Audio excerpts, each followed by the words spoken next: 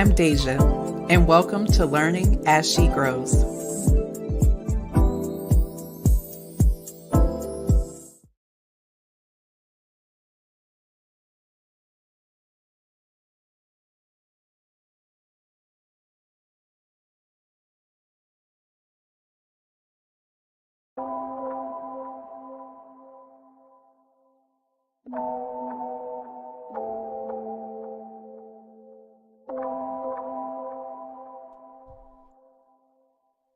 Shalom.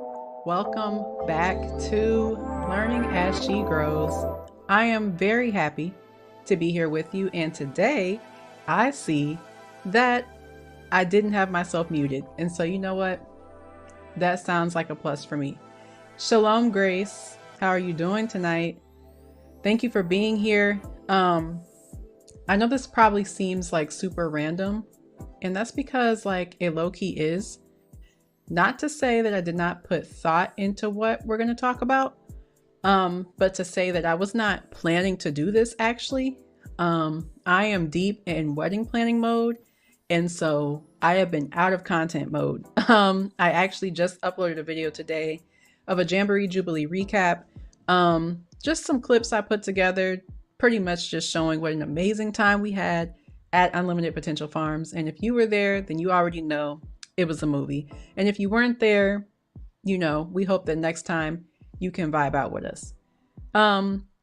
So yeah, pretty much, I've been in wedding planning mode. Yuwitazai and our wedding, and my wedding is 31 days away, which is super exciting. And we've definitely come a long way. I cannot wait to share more about our story on my platform, and maybe on his platform. We may do some stuff together as it pertains to that.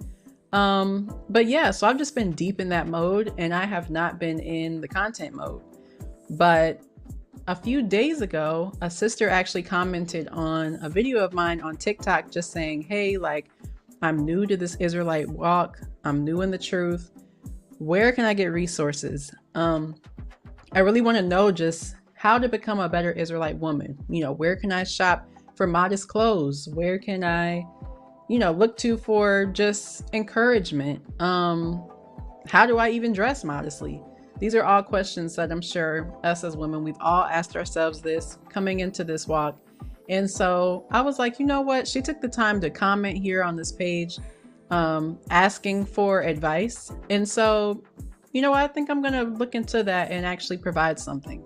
Because the Most High has definitely done an amazing thing in my life over the past 4 years, just totally transforming who I am as a person.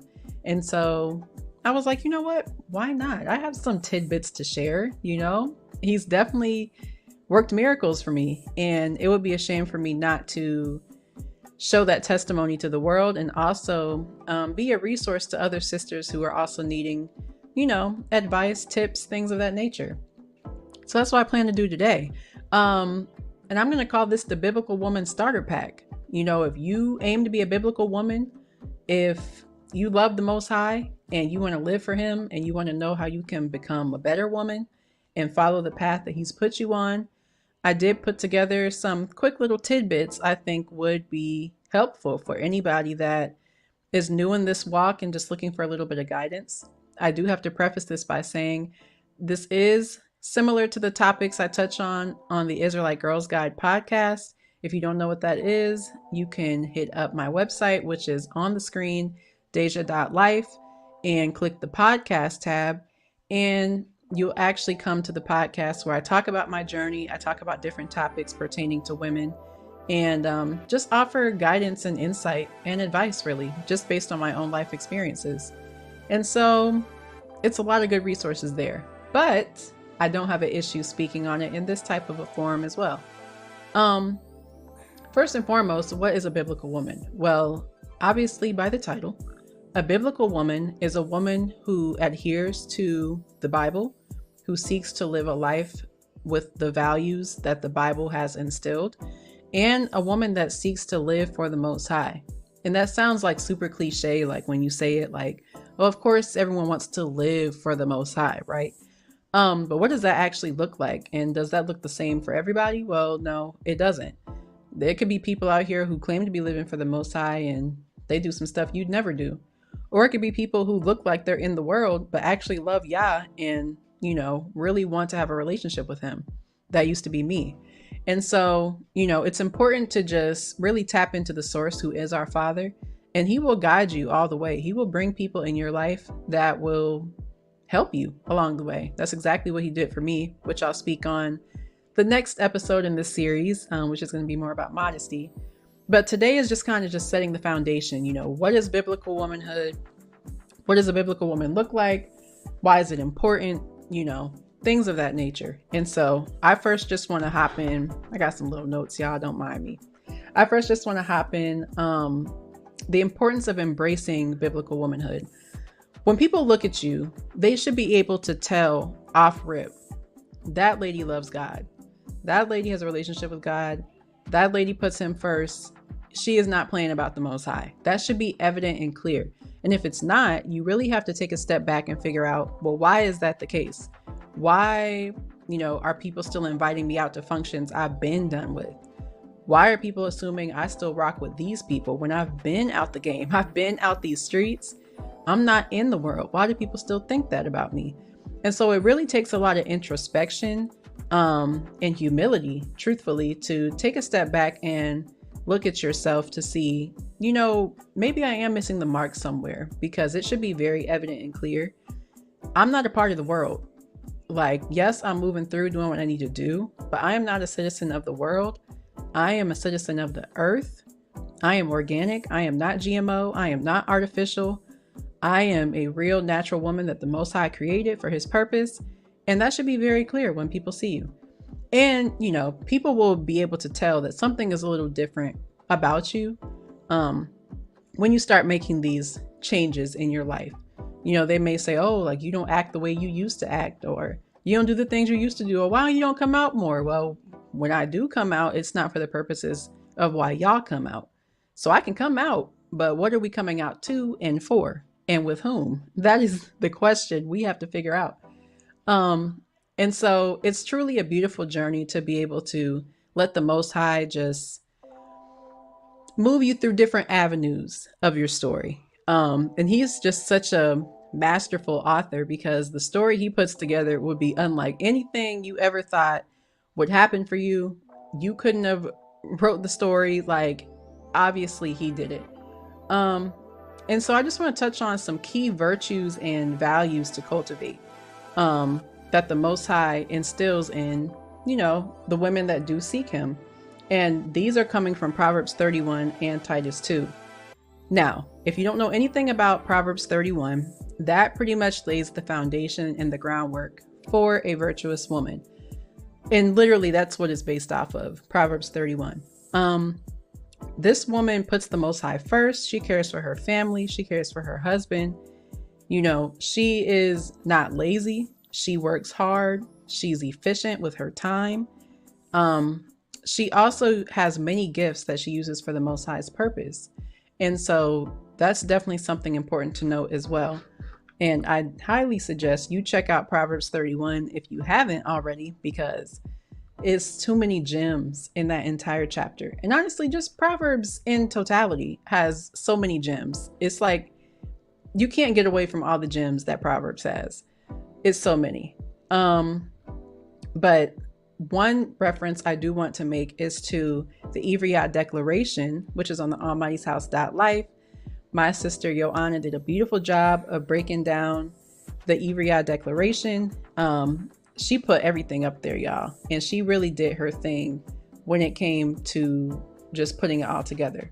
But pretty much our Ivriyat Declaration says, I am virtuous, I am trustworthy, I am good, I am willing, I am disciplined, I am nurturing, I am strong, I am prepared, I am charitable, I am modest, I am covered, I am wise, I am kind, I am blessed, I am Yah-fearing, I am Ivriyah. And so pretty much that's just encompassing all the things, all the characteristics and qualities of the Proverbs 31 woman. And so living by that is really a reminder of, wait a minute, I am set apart. I am all these things the Most High called me to be. And I'm going to walk boldly in that because he made me. And period. And so if you want to read that, you can go to almighty'shouse.life and look under the membership tab, and you will find the Ivriya Declaration. And I highly suggest you check that out. And if you go to the magazine under Fun and Entertainment, the House magazine, Sister Joanna did an entire Ivriya Declaration series, which breaks down each of those characteristics in depth. And she really did a beautiful job with that. And so moving on, Titus 2. Titus 2 is definitely has some gems in it. It just speaks about, the elder women, their roles, the younger women, their roles. We all have a role. And that's what I love the most about the Most High. Everybody has a role. Nobody's unaccounted for. Nobody is irrelevant in his story. Everybody has a purpose. And understanding biblical womanhood and walking in being a biblical woman, you understand that the Most High has a specific purpose for you that nobody else has. And, you may have a similar purpose as your counterparts, your sisters, maybe even your husband. But what he has called you to do is very specific and unique to you. He really created you with intention. And when you wake up to this side of things, recognizing who you are as being one of his children, his daughter, then, you can walk purposefully through life and things will just fall into place for you because you're following the path he laid out for you. And so going back to Titus 2, pretty much it's just saying, the young women, you need to be sober, you need to love your husbands, love your children, you need to be discreet, you need to be chaste, you need to be a homemaker, you need to be good and obedient to your own husbands. That way the word of Yah be not blasphemed. And I know a lot of sisters, when they hear, oh, be obedient to your husband, like that's really the one that they kind of like cringe at, like obedient, like I'm not a child. But obedient pretty much saying, I understand your authority as the man of this house, as my head, my leader in this earth. I recognize and respect that position that you have. And so I yield to your authority. What you say, you get the final say. And I'm okay with that. And I've actually learned just in my own experience, being a new wife, life is so much easier when you accept that. And I'm not saying to accept nonsense. If you need help finding a man of the Most High, I have tips on that too. A checklist you can look at to compare, like, is this a man of the devil or a man of the Most High? Like, it'll be very clear to see. But when you do have a man of the Most High, it's very easy to yield to his authority and to be like, no, you got it, babe. Like, I trust you wholeheartedly with the entire thing. And what you asked me to do, I'm going to do it. And I know that you're getting your wisdom and information from the Most High. So why would I not, listen to what you say? And so just having that mutual understanding and respect for the role of your house, it makes all the difference as well. Because you cannot be opinionated and rude and talked down and just Jezebel vibes. Like, you just cannot do that if you're really trying to be a biblical woman. And I may touch on that at some other point too. Why it's important for us to truly remain in our role, because it really does become a game changer, and your house will thrive because of it, because you're following the order the Most High set. So yeah, that's pretty much just laying the groundwork, the foundation. Like I said, this is going to be a series that I speak on. The next time I speak, it will be about dressing modestly, because that is what the sister requested specifically. And so I look forward to sharing more information about that with you. And yeah, I don't have anything else. That was it. That was quick, like 15 minutes in and out. But I pray that it was impactful, and I pray that, whatever I do share, that you're able to measure that with the word and see that, it's valid. Or if it's not valid, let me know, and I'll take a seat back and get back in my word and do some studying, because I am not far beyond learning. Okay. I love to read my Bible. I love to take notes. I love to be a studier of the word. I love to ask questions. I'm forever learning. It's actually something major that I've uncovered this past year in my studies that I'm looking forward to doing a video about soon. Once I get all my notes together, I'm excited to share it. It's going to be a big announcement for me, if you know, kind of like my journey into this walk. So I'm excited to share that. And yeah, next time we'll be talking about the modesty piece. And then after that, we'll be talking about, family life, marriage and motherhood, which I kind of touched on slightly, but I am going to speak of it from a more biblical perspective this time, literally using scripture as the basis for everything I'm saying, because that's what makes the most sense. And I'm also going to talk about the importance of building a supportive community. And of course, I got to shout out AHOI, because why not?